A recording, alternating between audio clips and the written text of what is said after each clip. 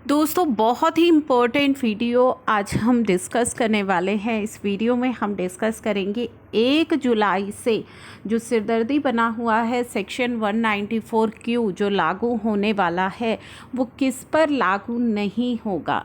ठीक है, ये हम ऑलरेडी डिस्कस कर चुके हैं एक वीडियो में कि सेक्शन 194Q आप पर लागू होगा एज अ बायर। अगर आप परचेज़ करते हैं तो सेक्शन 194Q आप पर लागू होने वाला है 1 जुलाई 2021 से।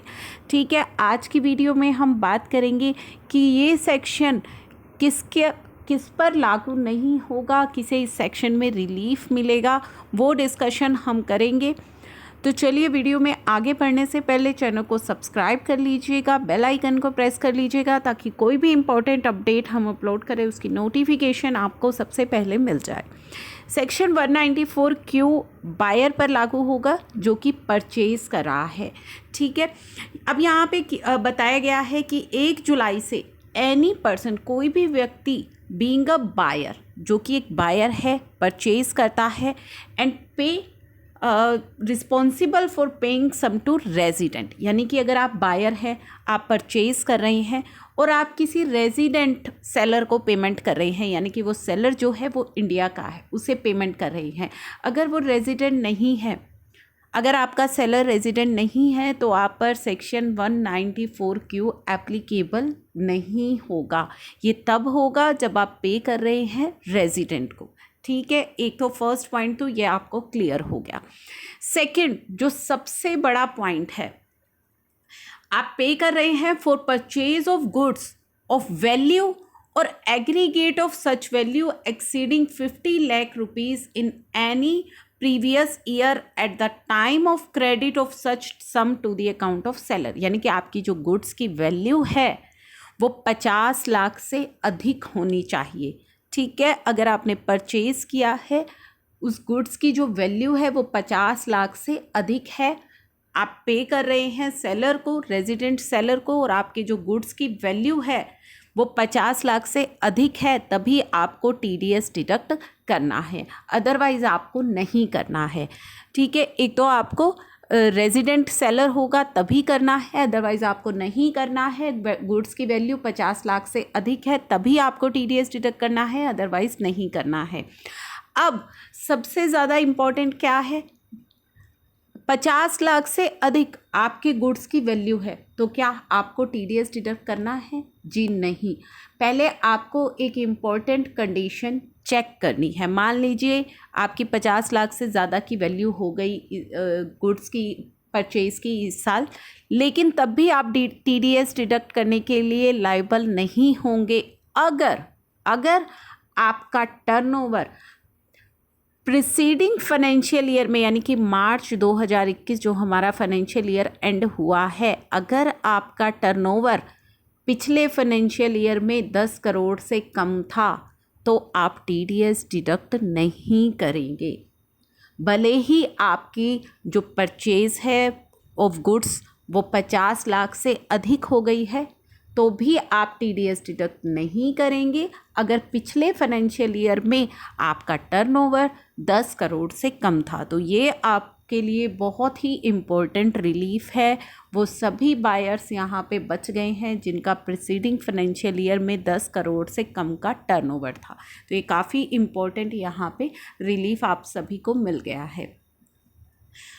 अब ये तो थी हमारा सेकंड इम्पॉर्टेंट रिलीफ कि अगर पिछले फाइनेंशियल, क्योंकि यहाँ पे जो बायर की डेफिनेशन आप देखेंगे ना, buyer means a person whose total sale, gross receipts और turnover from the business carried on by him exceed 10 crore rupees during the financial year immediately preceding the financial year in which purchase of goods is carried out। ठीक है, तो आपने अगर मान लीजिए इस साल आपकी जो वैल्यू ऑफ गुड्स है, परचेज़ आपकी है, वो 50 लाख से अधिक हो गई है तो आपको लगेगा कि मुझे TDS डिडक्ट करना है उसकी पेमेंट पर, लेकिन उससे पहले आपको चेक करना है कि प्रीसीडिंग फाइनेंशियल ईयर में मेरा जो टर्नओवर है वो 10 करोड़ से ज़्यादा है या नहीं है। अगर नहीं है तो तो आपको TDS डिडक्ट नहीं करना है।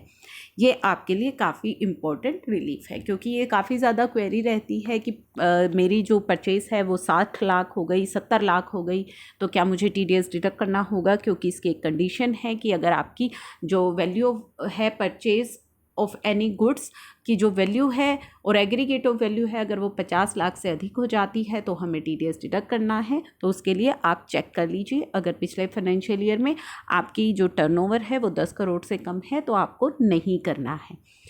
अब सेक्शन 2061H यानी कि सेलर की बात करेंगे। दोस्तों, आप परचेज़ कर रहे हैं और आपका जो सेलर है अगर उस पर भी 2061H एप्लीकेबल हो रहा है और आप पर सेक्शन 194Q एप्लीकेबल हो रहा है, मान लीजिए आप एज अ बायर, आपकी पिछले साल 10 करोड़ से ज़्यादा की टर्नओवर थी, 50 लाख से अधिक की वैल्यू को आप जो है परचेज़ कर चुके हैं, अब आप पर सेक्शन 194Q एप्लीकेबल हो गया। सिमिलरली हो सकता है आपके सेलर पर भी, जिससे आपने परचेज़ की है, उस पर 2061H जो है वो एप्लीकेबल हो गया हो, क्योंकि वो ऑलरेडी सेक्शन इम्प्लीमेंट है और वो ऑलरेडी जो है आपका TCS कलेक्ट कर रहा हो। तो ऐसे केस में क्या होगा, बड़ी समस्या हो जाएगी। वो आपका TCS वो आपसे कलेक्ट करेगा, आप उसका TDS डिडक्ट करोगे, तो क्या ये होगा? तो उस सेक्शन में, उस केस में दोनों सेक्शन एप्लीकेबल नहीं होंगे। आपको ये ध्यान रखना है, उस केस में कौन सा सेक्शन एप्लीकेबल होगा वो आपको समझना बेहद ज़रूरी है।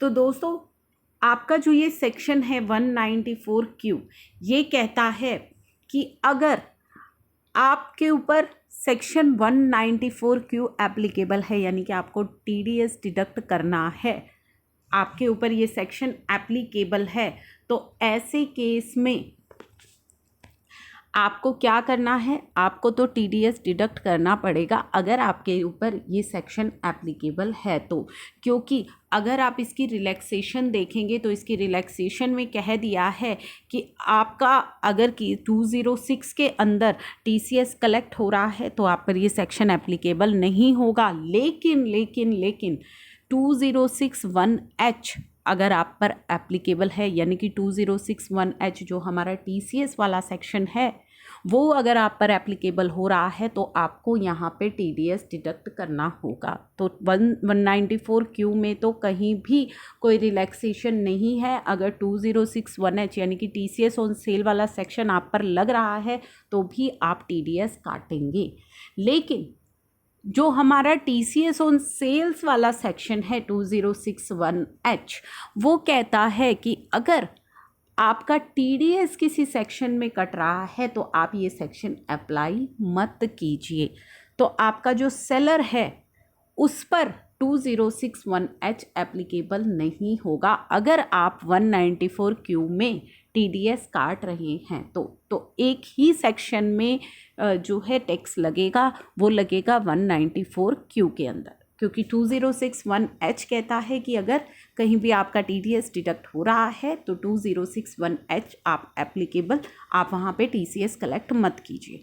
तो अब आई होप यहाँ पे आपको क्लियर हो गया है कि अगर आपको 194Q में TDS काटना है तो आपका सेलर आपसे TCS कलेक्ट नहीं करेगा। तो ये कुछ चीज़ें थी जो इस सेक्शन को लेकर इम्पॉर्टेंट थी। कहाँ ये सेक्शन एप्लीकेबल नहीं होगा, जिन बायर्स का भी प्रीवियस ईयर में टर्नओवर 10 करोड़ से कम है उन्हें अभी टेंशन लेने की ज़रूरत नहीं है, उनके लिए ये सेक्शन अभी एप्लीकेबल नहीं होगा।